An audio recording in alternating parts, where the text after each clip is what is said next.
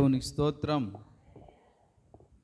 ప్రియ దేవుని బిడ్డలారా, పరమగీత గ్రంథము 2వ అధ్యాయము 4వ వచనాన్ని కిందటి వారాన్ని ధ్యానించాము.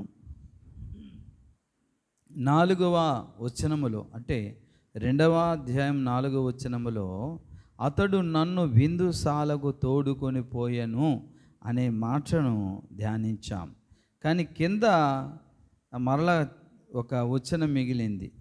ఆ వచనాన్ని 2 భాగాలుగా చేస్తే ఏ బి అని పెట్టుకుంటే ఏ చెప్పుకున్నాం, బి ఈరోజు మనం ధ్యానం చేద్దాం. నా మీద ప్రేమను ధ్వజముగా ఎత్తెను. దేవునికి స్తోత్రం, హల్లెలూయా. ధ్వజము అంటే జెండా, ధ్వజము అంటే జెండా. ప్రేమ జెండా నా మీద ఆయన ఎత్తాడట. గమనించారా? ప్రేమ జెండా ఎత్తడం అంటే ఎంత గర్వకారణం అండి. హల్లెలూయా.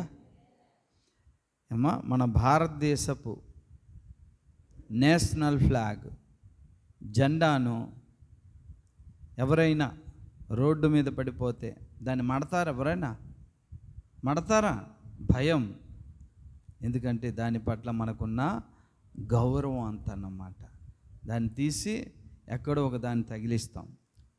ఇంకా అవకాశం ఉంటే మన బైక్ ముందుకు పెడతాం, ఇంకా అవకాశం ఉంటే మన ఇంటి పైన పెడతాం. ఎందుకంటే మనకు గర్వకారణం భారతదేశపు జెండా అంటే. అవునా?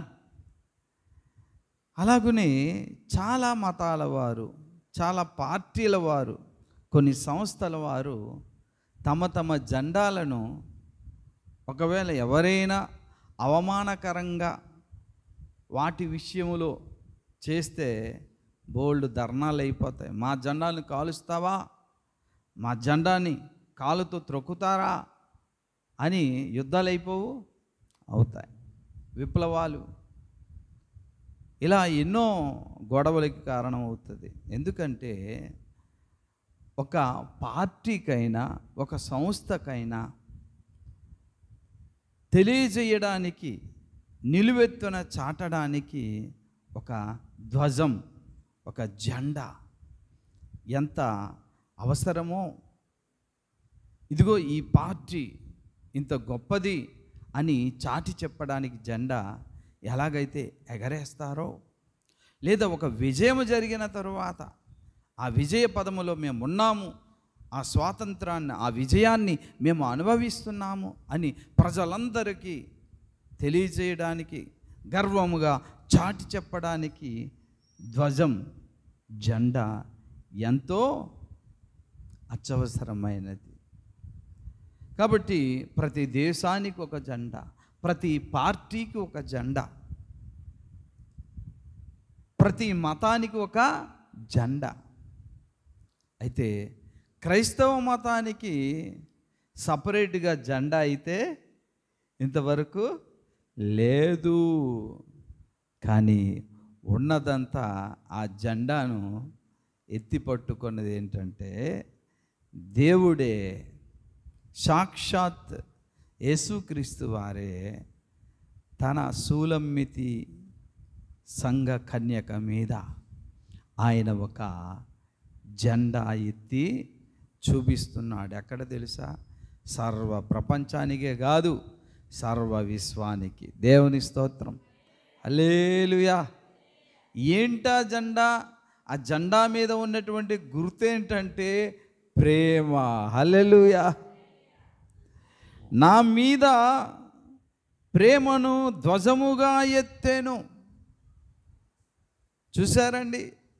సర్వ ప్రజలారా, అసలు ఆయన జెండా ఎత్తడానికి కారణం ఏంటో తెలుసా?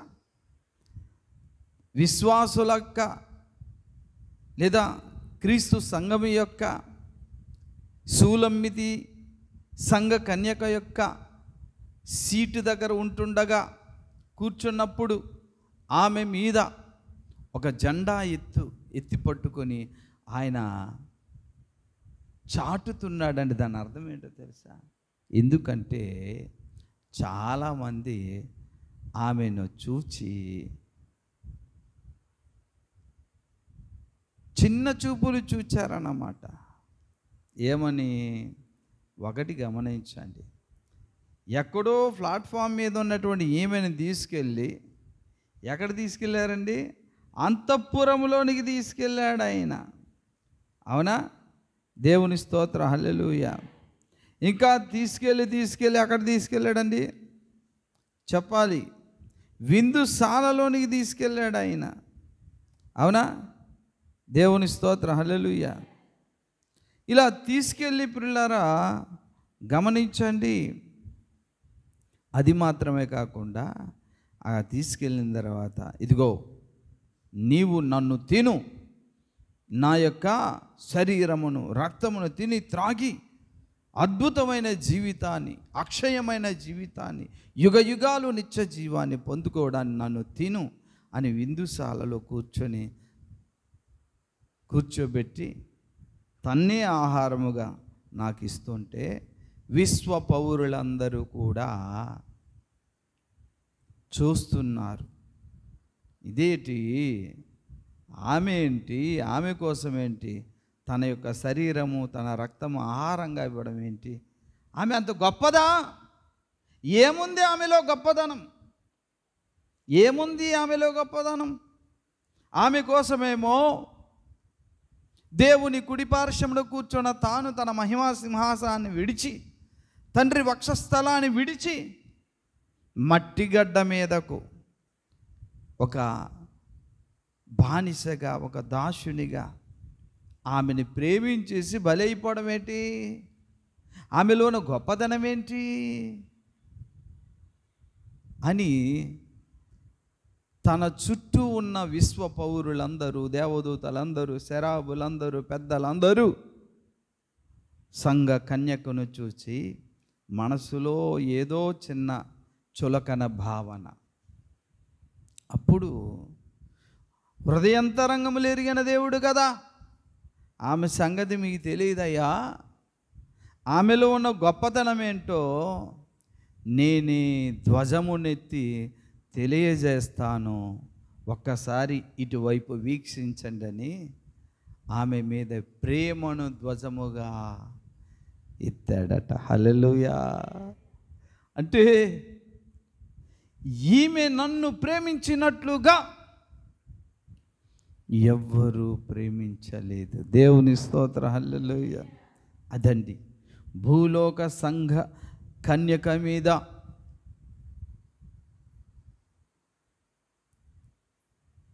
ప్రాణప్రియుడైన యేసయ్యకు ఉన్న గొప్ప నమ్మకం ఏంటో తెలుసా? ఆమె నన్ను ప్రేమించినట్లుగా వీళ్ళెవ్వరూ ప్రేమించలేదు. ఫస్ట్ ఏమో దేవుడు ప్రేమించాడు మనల్ని, తన ప్రియకుమారునేమో బలిగా ఇచ్చేశాడు. ఆయన కూడా మనల్ని రక్షించడానికి ప్రాణమే పెట్టేశాడు. ఆయన అంత ప్రేమ, అసలు ప్రేమ అంటే ఆయన. ఇప్పుడు ఆయన ప్రేమ చెప్పుకోవట్లేదు, ఇప్పుడు ఆయన ప్రేమ చెప్పుకోవట్లేదు. మన ప్రేమను ఆయన విశ్వానికి చాటి చెప్తున్నాడు. దేవుని స్తోత్రం, హల్లెలూయా. గమనించండి ప్రియులారా, మన ప్రేమ ఎంత గొప్పదో, నేను యేసయ్యను ప్రేమించినటువంటి ప్రేమ ఎంత గొప్పదో నేను ఇతరులకు చెప్పనవసరం లేదు, ఇతరులు నా కోసం చెప్పనవసరం లేదు. నేను ఎంత ప్రేమిస్తున్నాను తెలుసా దేవునికి? పలానా ఈ వ్యక్తి మార్తమ్మ గారు దేవునికి ఎంత ప్రేమిస్తున్నాడో తెలుసా అని నువ్వు నా కోసం సాక్ష్యం చెప్పనవసరం లేదు, నేను నీ కోసం సాక్ష్యం చెప్పనవసరం లేదు. మనం ఇక్కడ చెప్పవలసిన సాక్ష్యం ఏంటంటే భూమి మీద యేసయ్య ప్రేమను ప్రకటించాలి. హల్లెలూయా. కానీ మన ప్రేమను యేసయ్య ప్రకటిస్తాడు. హల్లెలూయా. అర్థమైందండి? భూమి మీద మనము మన సాక్ష్యాలు చెప్పుకోని అవసరం లేదు, ఇతరుల సాక్ష్యం చెప్పుకోని అవసరం లేదు. ఇక్కడ చెప్పవలసిన సాక్ష్యం అంతా యేసయ్య కోసమే. మీరు నాకు సాక్షులై ఉండుడి. ఆయన ప్రేమ, ఆయన త్యాగం. ఇంకో మాట అనవచ్చు, ఏంటి ఇతరుల కోసం సాక్ష్యం చెప్పవచ్చు, సందర్భమును బట్టి తప్పదు అప్పుడప్పుడు. కానీ అదే నిత్యం అదే పథ్యంలాగా ఎప్పుడు ఏం చేస్తారంటే సొంత డబ్బా చెప్పుకుంటారండి. నేను దేవుడి కోసం ఇది చేశాను, అది చేశాను, ఇది ఇచ్చాను, అది ఇచ్చాను, ఇలా జరిగింది, అలా జరిగింది. పిల్లారా, నీ సొంత సాక్ష్యం, నీ సొంత ప్రేమ, ఇతరుల యొక్క ప్రేమ, సొంత సాక్ష్యాలు అవసరమైనంత మట్టుగా చెప్పు. దేవుని త్యాగాన్ని, దేవుని యొక్క ప్రేమను మరుగయ్యేంత వరకు నీ సాక్ష్యం, నీ ప్రేమ ఉండకూడదు భూమి మీద. ఈ భూమి మీద ఉన్నంతకాలం కూడా ప్రచురించవలసింది, ప్రజలకు ప్రత్యక్షపరచవలసింది, ఉపదేశించవలసింది, చూపించవలసింది యేసయ్య శిలువ ప్రేమ. దేవుని స్తోత్రాలు. ఇకపై మా కొరకు సాక్ష్యం చెప్పేది యేసయ్యే. ఎందుకంటే నా మీద ప్రేమను ధ్వజముగా ఎత్తాను. దేవునికి స్తోత్రం, హల్లెలూయా. ఎంత ప్రేమ అంటే, మనలో ఉన్నటువంటి ప్రేమను ఆయన ఎలా చూశాడంటే ప్రియులారా, చాలా విషయాలు మనకు కనబడుతుంది ఇక్కడ. ఎలా ప్రేమించాలి మనం, సంఘము ఎలా ప్రేమించి దేవుని మెప్పును పొందుకుంటుందో చూస్తే, ప్రదేని బిడ్డలారా, నిజంగా ఒక విశ్వాసి తాను రక్షణ పొందిన తరువాత దేవుని నిజంగా ప్రేమిస్తే వ్యాధికి భయపడడు, వ్యాధిలో కూడా దేవుని స్తుతిస్తాడు, ఆర్థిక ఇబ్బందులకు కూడా భయపడడు, ఆర్థిక ఇబ్బందులలో కూడా దేవుణ్ణి స్తుతిస్తాడు, ప్రార్థిస్తాడు. ఆఖరికి ఒకవేళ చావు వస్తుందమ్మా అన్నా సరే, చనిపోయినా పర్వాలేదు కానీ నా యేసే నాకు కావాలి, అంత పిచ్చిగా ప్రేమిస్తాడు. ఏంటి ప్రేమ? కష్టాలు, వ్యాధులు, రోగాలు, ఇబ్బందులు, నిందలు, ఆర్థిక పరమైన ఇబ్బందులు ఏవి కూడా దేవుణ్ణి ప్రేమించుట విషయంలో ఆపలేకపోయింది ఈ విశ్వాసికి. ఎన్ని శ్రమలలో, వ్యాధులలో, బాధలలో కూడా విడువక ప్రేమిస్తున్న ఈ మొండి ప్రేమికురాలు సంఘము. హల్లెలూయా. అర్థమైందండి? ఊరకనే కాదు, ఎందుకు హతసాక్షులు అయిపోతున్నారు? ఒక్కరు కాదు, 11 మంది మొత్తం హతసాక్షులు అయ్యారు యేసయ్య కోసం శిష్యుల్లో. అవునా కాదా? ఎందుకు? ప్రేమించారు కాబట్టి. ఆ ప్రేమను గురించి విశ్వానంతటికి కూడా యేసయ్య చాటుతాడన్నమాట. ఈ భూలోక సంఘ కన్య కంటే విశ్వ పౌరులకు ఎందుకో చిన్న చూపు. అందుకే ఆమె అన్నదిగా, ఏమన్నదండి? నేను నల్లని దాననని నన్ను చిన్న చూపులు చూడకుడి. అలా చూడొద్దు బాబు, నాకు ఎండ తగలడానికి బోల్డ్ అనే కారణాలు ఉన్నాయి, అయినను సరే నేను సౌందర్యవంతురాలనన్న సంగతి నన్ను కట్టుకొని పోయే నా యేసయ్యకు తెలుసు. హల్లెలూయా. నా అంతరంగ సౌందర్యం ఎట్టిదో నా యేసయ్య చూసి మీకు చెప్తాడులే అనే నమ్మకంతో ప్రతి విశ్వాసి ఇక్కడ బ్రతుకుతున్నాడు. అలాగనే బ్రతకాలి. హల్లెలూయా. అర్థమైందండి? పరిశుద్ధత అయినా, భక్తి అయినా, నీతి అయినా, యథార్థత అయినా, త్యాగమైనా ఎవరిని చూసి, ఒక పాట పాడిన, ఒక స్తుతి ఆరాధన చేసిన ఎవరిని చూసి ఎవరు పొగడాలని? సాటి విశ్వాస పాస్టర్ గారు పొగడాలనా? కాదే, కాదే. నన్ను కట్టుకొనబోయే నా ప్రాణప్రియుడైన యేసయ్య నన్ను చూసి, ఆహా సూలమ్మితి, నా పావురమ్మ, నిష్కలంకురాల, నువ్వు సుందరివి అని ఆయన నన్ను అంటాడు. కాబట్టి ఆయన ప్రేమను పొందుకుంటూ, ఆయన ప్రేమిస్తూ నేను జీవిస్తున్నానని ప్రతి విశ్వాసి భూమి మీద జీవిస్తాడు, జీవించాలి. అప్పుడు ఆయన సర్వ విశ్వంతో చెప్తాడు ఒక సాక్ష్యాన్ని. ఈమెలో నాకు నచ్చిందేంటో తెలుసా? ప్రేమ. ఈ భూమి మీద పాపభూయిష్టమైన ఈ నీచ నికృష్టమైన మానవ జన్మ ఎత్తి వారు నరక పాత్రులుగా ఉన్నవారు, వారి కొరకు నేను త్యాగం చేసి నా ప్రేమ చూపి ప్రాణం పెట్టి నా రక్తము చేత వారిని విమోచించిన తర్వాత నుంచి ఎంత నమ్మకముగా, చచ్చేంత వరకు నమ్మకంగా నా కొరకే వీళ్ళు బ్రతికారు, నన్ను ప్రేమిస్తూ. ఆ సంగతి మీకు తెలియదు. అందుకే వాళ్ళ హృదయాల్లో ఉన్న ప్రేమ, నా మీద ఉన్నటువంటి నమ్మకం, ప్రాణమైనా విడిచిపెడతాను కానీ ప్రేమను నమ్మకాన్ని యేసయ్య మీద విడిచిపెట్టనన్నారు వాళ్ళు. అంత ప్రేమ అని సంఘము కొరకు, ప్రతి విశ్వాసు కొరకు యేసయ్య విశ్వములో చాటుతాడు. హల్లెలూయా. అర్థమవుతుందండి? అందుకే ప్రియులారా, సునామీ రాని, సుడిగుండాలే రాని, కష్టాలే రాని, తీరని నష్టాలే రాని, కరువైనా రాని, ఎంతో బరువైనా గాని, ఏదైనా గాని పోతే జీవితమే పోని, యేసయ్యా యేసయ్యా యేసయ్యా యేసయ్యా నీవే నా ప్రాణము, నీవంటే నాకెంతో ఇష్టము. యేసయ్యా నీవే నా ప్రాణము, నీవంటే నాకెంతో ఇష్టము. దేవుని స్తోత్రం. హల్లెలూయా. అందుకే ప్రియులారా, మనలో దేవుడు కోరుచున్నది ప్రేమ. ఎంత ప్రేమించాలట? ఒకసారి ద్వితీయోపదేశ కాండము 6వ అధ్యాయము 4వ వచనాన్ని మీరు చదవండి. 6వ అధ్యాయము. ఓ ఇజ్రాయేలు వినో, మన దేవుడైన యెహోవా అద్వితీయుడగు యెహోవా. నువ్వేం చేయాలో తెలుసా? ఓ ఇజ్రాయేలు, ఓ క్రొత్త నిబంధన సంఘమా, ఓ సూలమితి సంఘ కన్యక, నీ దేవుడైనా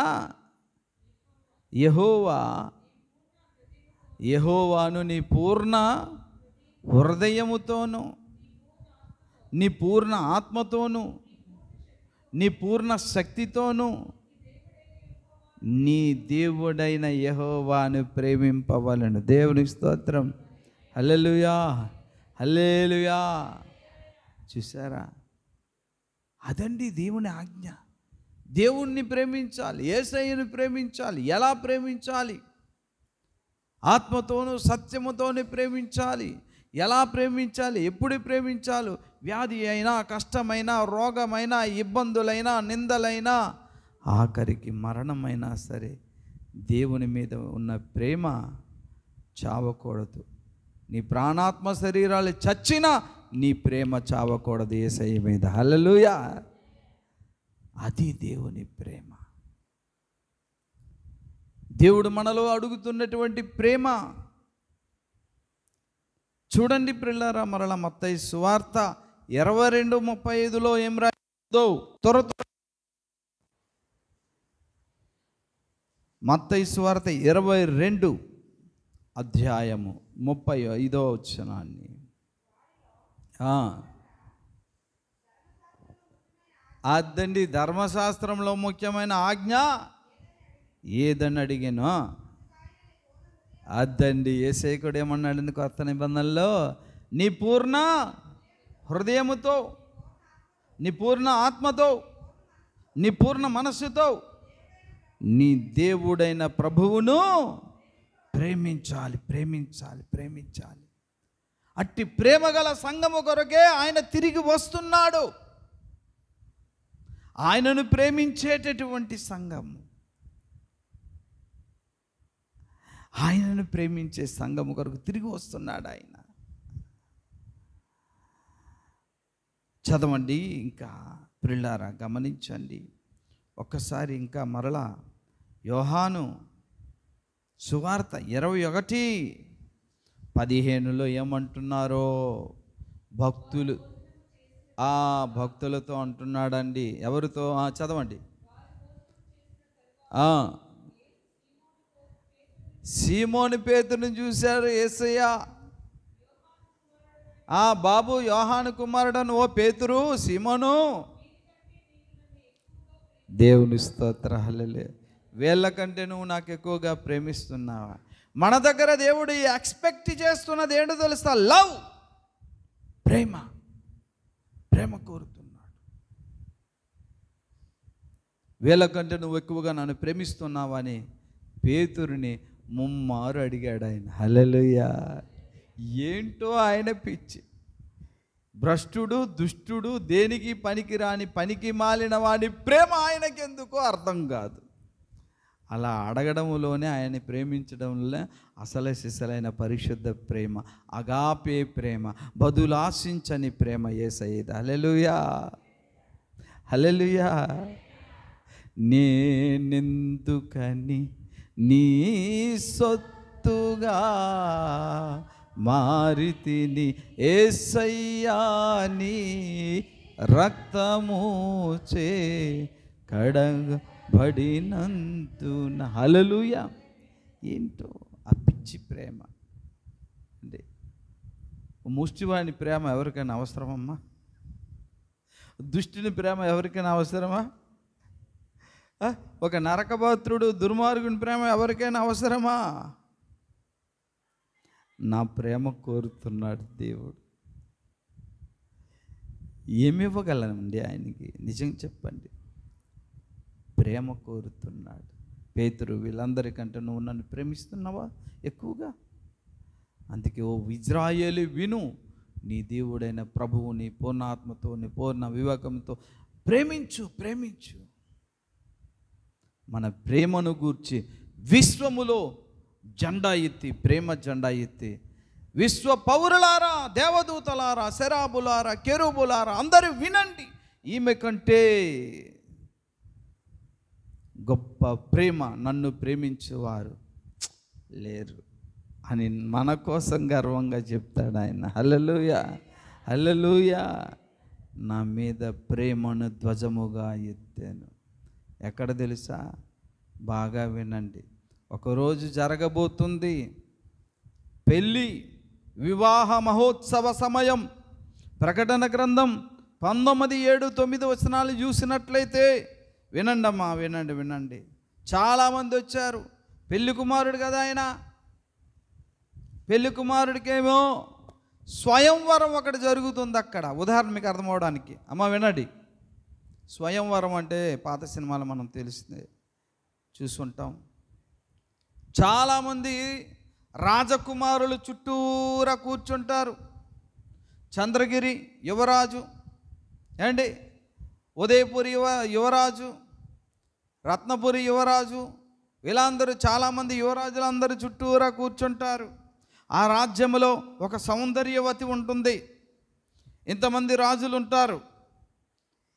నా కుమార్తె, నా రాకుమార్తె, రాజకుమార్తె ఒక దండ పట్టుకొని, పూదండ పట్టుకొని, అంతమంది రాజులు, రాకుమారులు ఉంటుంటే, ఆమెకు ఎవరైతే నచ్చుతారో ఆమెకి వెళ్ళి ఈమె ఏం చేస్తుందండి?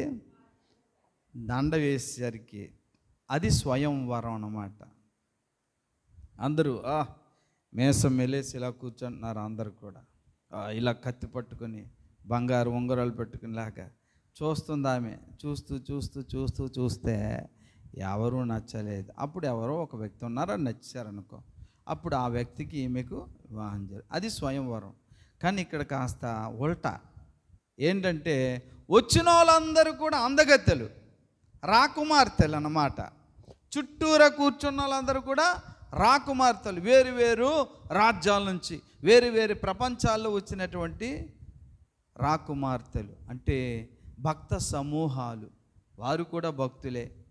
భక్తులు సమూహానికి స్త్రీతో దేవుడు పోల్చాడు, కన్యకతో.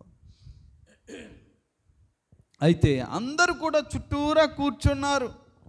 చాలా మంచి అందగత్తెలు, పరిశుద్ధులు, మంచోళ్ళు, అందంగా ఉన్నారు. అప్పుడు ఆ స్వయంవరం కార్యక్రమంలోనికి ఆ యేసునాథుడు, రాజాదిరాజైన యేసయ్య భూమి మీద నీచ నికృష్ట మానవులమైన మనల్ని కూడా తన స్వరక్తం ఇచ్చి కడిగి పరిశుద్ధపరిచి పరలోక రాజ్యానికి యోగ్యులుగా చేసి తీసుకెళ్ళారు. మనమందరం ఒక కన్యక అన్నమాట. అందరూ హుందాగా కూర్చున్నారు.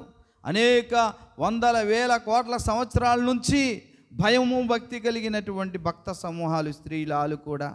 మనం కూడా నిన్న కాక మొన్న 6000 సంవత్సరాలు దాటి ఆదాము పాప ప్రపంచంలో నుండి పుట్టుకెళ్ళి మరలా యేసు రక్తము విమోచన ద్వారా పరలోకం వెళ్ళిన వారు మనం కూడా కూర్చున్నాం. సరే, యేసు ప్రభువారు గమనించండి, దండ పట్టుకొని రెడీగా ఉన్నారు. నాకు కాబోయే భార్య ఎవరు, నేను ఎవరిని చేసుకోవాలనుకుంటే చాలామంది అందగత్తలు, చాలామంది పరిశుద్ధత కలిగిన వారే, పతివ్రత ధర్మము అనుసరించిన వారే, దేవుణ్ణే ఆరాధించారు, కొలిచారు. చూస్తున్నారు ఈమె ఎక్కడో ఆ మూలాన ఈ భూలోకపు సంఘ కన్యక, ఈ నల్ల పిల్ల కూర్చొని ఉందన్నమాట. మూలకే చూస్తున్నారు. అసలు ఆయనకు కావలసిన అందగత్తి ఇక్కడ ఎక్కడ కనిపించట్లేదు, మెరిసిపోతున్నారు. కానీ ఆమె నల్లగా, కర్రిగా,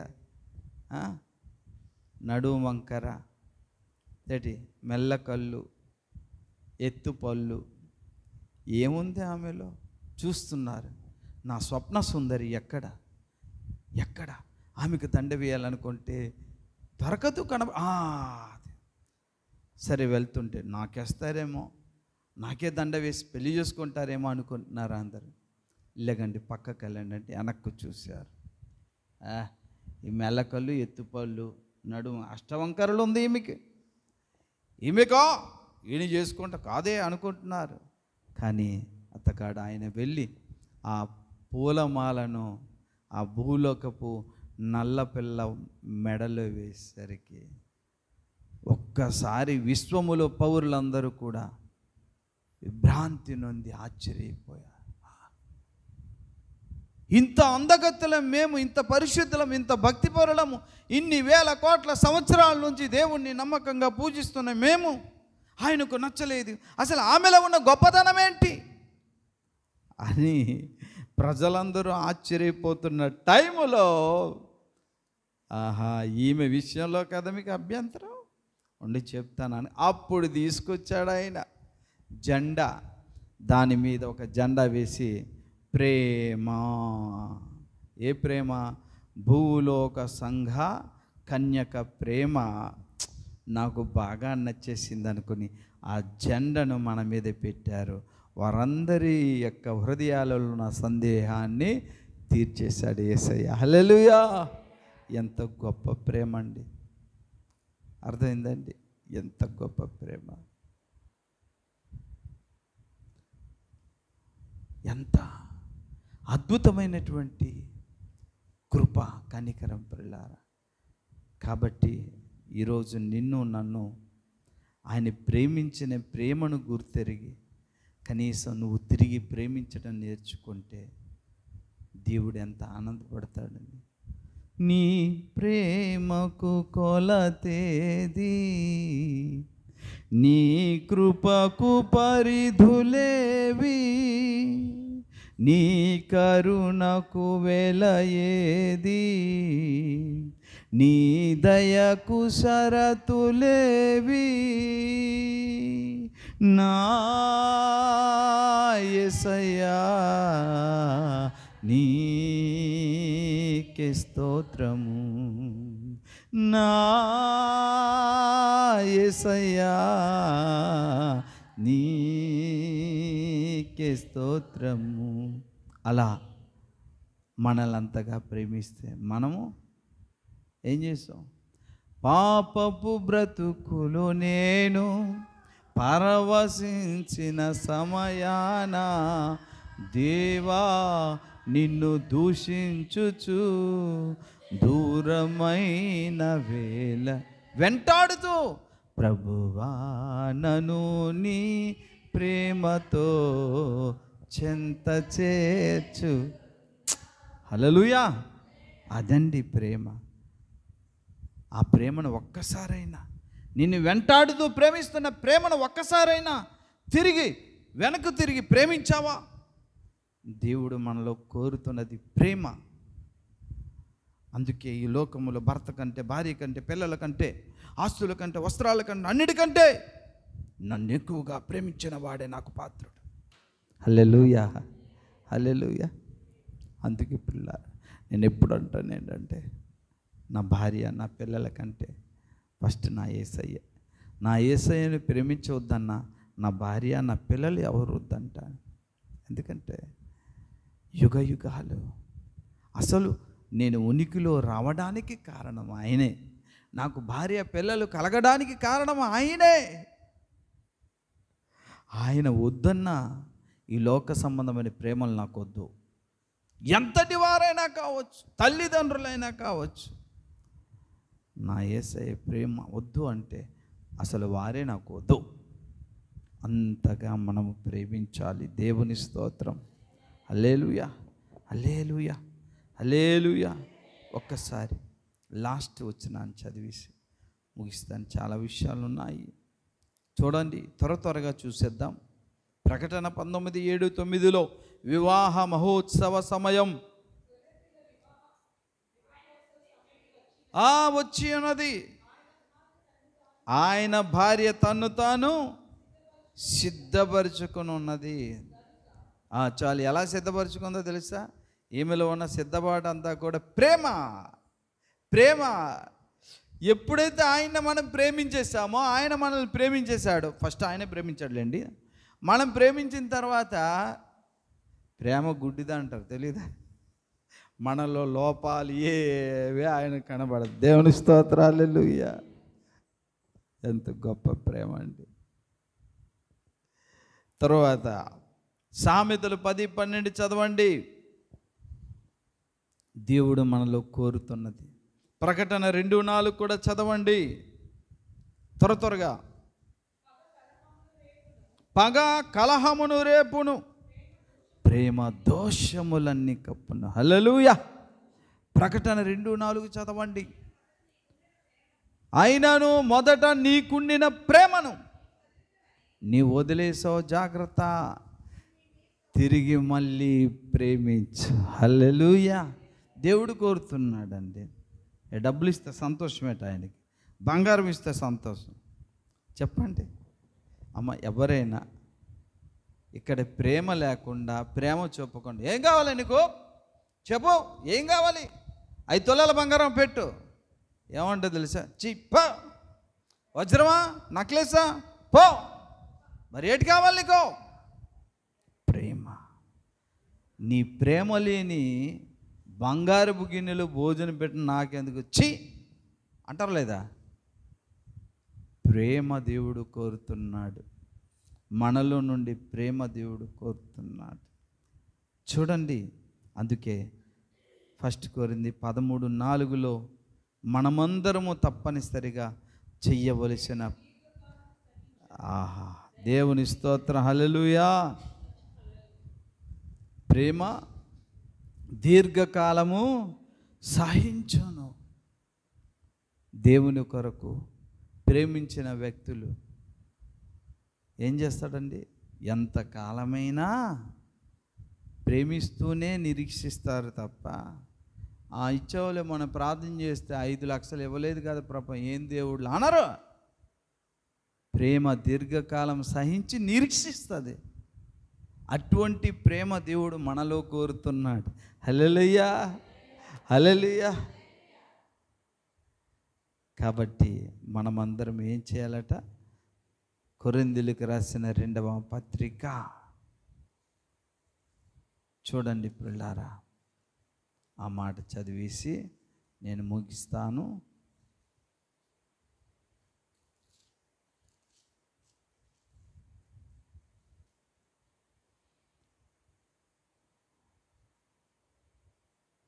కొరింథీయులకు రాసిన రోమపత్రిక అనుకుంటున్నాను, ఒక్కసారి చూస్తున్నాను పిల్లారా, రెఫరెన్స్ తప్పు.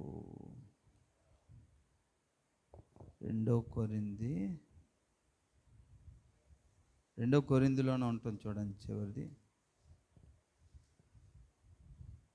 ఏమని ఉంటుందంటే మనం ఎప్పుడు చదువుతున్నదే 13 అధ్యాయంలోన 12 అధ్యాయం, ఎవడైనాను యేసుక్రీస్తుని ప్రేమించని ఎడల వాడు శాపగ్రస్తుడవునుగాక అనే మాట ఉంటుంది. ఎన్నోది?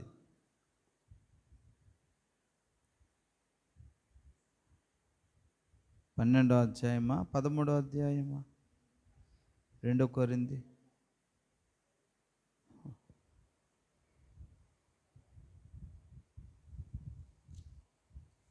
16, 1 కొరింథీ 16 చూస్తున్నానమ్మా.